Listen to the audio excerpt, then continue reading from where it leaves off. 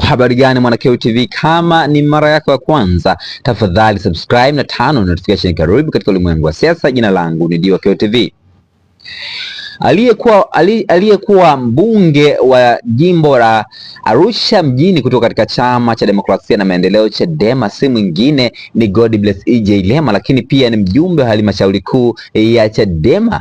Godbless EJ Lema ameandika waraka mrefu kweli katika mtandao wa Twitter kuhusiana na namna mitandao ya kijamii inavyoleta athari kwa watu, hasa wanawake na akina mama. Nanukuu maneno ya Godbless EJ Lema, nanukuu: katika mitandao ya kijamii na majukwaa ya burudani, hata kwenye baadhi ya mahubiri kumejitokeza na tabia inayotia wasiwasi, kuwafanya wanawake kuwa chanzo cha mzaha na lawama kwa jina la vichekesho na maonyo. Mara nyingi wanawake wanabezwa kwa muonekano wao, maamuzi yao ya maisha, na hata kuonekana kama sababu ya kushindikana kwa baadhi ya ndoa nyingi. Hali hii imeanza kuzoeleka, ili hali kwa uhalisia ni udhalilishaji unaojificha nyuma ya kicheko. Kinachoumiza zaidi ni ile hali ya mizaha isiyo sawa. Kwa mfano, mwanamke akinunua wigi la gharama huonekana kama mfujaji asiye na sifa za kuwa mke bora, lakini mwanaume anayetumia fedha kila siku kwenye ulevi huonekana kuwa kawaida, na wakati mwingine hata kuonekana anajua maisha. Hii si haki na ni dalili ya fikra zilizopinda ndani ya jamii.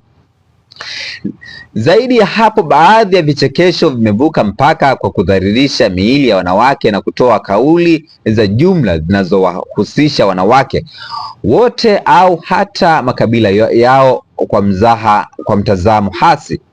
Hii si burudani tena, bali ni sumu iliyopandikizwa taratibu katika akili za watu, ikijenga picha potofu juu ya wanawake. Athari zake ni kubwa na za ndani zaidi kuliko zinazoonekana. Inauma kujiamini kuwa mwanamke mkimya anapunguza heshima yao katika jamii, na inajenga madhara ambayo dharau inaonekana kuwa ni kawaida. Mbaya zaidi, wengine wanaanza kuamini kuwa wanawake ni chanzo cha matatizo mengi, jambo ambalo si kweli wala si haki. Kama jamii hatupaswi kunyamaza. Ni wajibu wetu kukemea hali hii kwa busara, kuhimiza burudani yenye mipaka na kuunga mkono maudhui yanayojenga heshima badala ya udhalilishaji. Si kila utani ni mbaya, lakini utani unaovuka utu wa mwanamke haupaswi kuvumiliwa.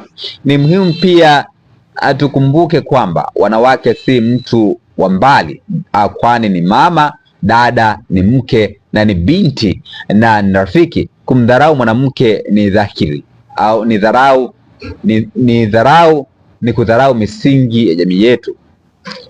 Kwa msingi huo, heshima ya mwanamke si jambo la mzaha. Jamii inayodharau mwanamke hata kwa kisingizio cha burudani inajidharau yenyewe, na wakati hubadilika kusimama kwa haki na kulinda heshima ya mwanamke kwa nguvu zote. Ameandika maneno hayo Godbless EJ Lema kwa kusema kwamba jamii lazima iheshimu mwanamke. Una maoni gani kwa hichi ambacho ameandika Godbless EJ Lema? Tafadhali shomone katika sehemu ya comment section. Bye bye.